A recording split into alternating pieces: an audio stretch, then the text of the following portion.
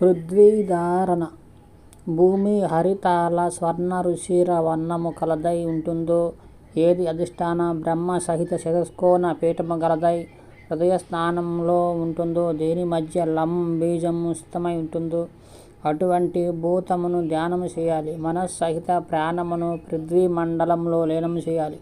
5 గడియల కాలము ఇట్టి ధారణను నిశ్చలంగా చేసిన యోగి భూమండలమును జయించగలడు. అంటే లం బీజయుక్తమైన బంగారు రంగు పృథ్వీని హృదయంలో ప్రతిష్ఠించి ప్రాణము మనస్సుల సహితంగా అటువంటి పృథ్వీలో లీనం చేసి 5 గడియలు నిశ్చలముగా నిరాటంకంగా సాధన చేయటమే పృథ్వీధారణ. దీనివలన పృథ్వీ తత్వం జయింపవచ్చు. మూలాధార చక్రం యొక్క యథార్థ దర్శనము దేహంలోని ఆ ప్రదేశము యొక్క సూక్ష్మ ఆకారమును దర్శింపచేయును.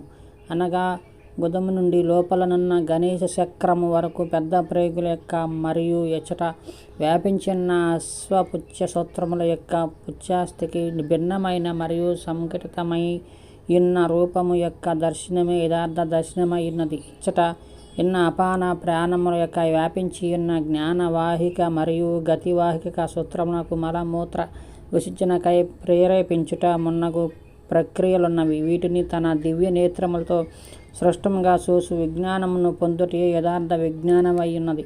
తంత్ర గ్రంథమునందు ప్రదర్శించబడిన మూలాధార చక్రము యొక్క దర్శనము ఎవరికైనను ఈ రూపమునందు కలిగినను విషయమునందు ప్రతివాదమునర్పక తర్కము మరియు అనుభవము చేయది అట్లు క్రిందకి దిగిననియు మరియు మూలాధార చక్రమునకు వలెని అన్య చక్రముల విషయమునందును ఈ విషయము వర్తించునని వచించుచున్నారు.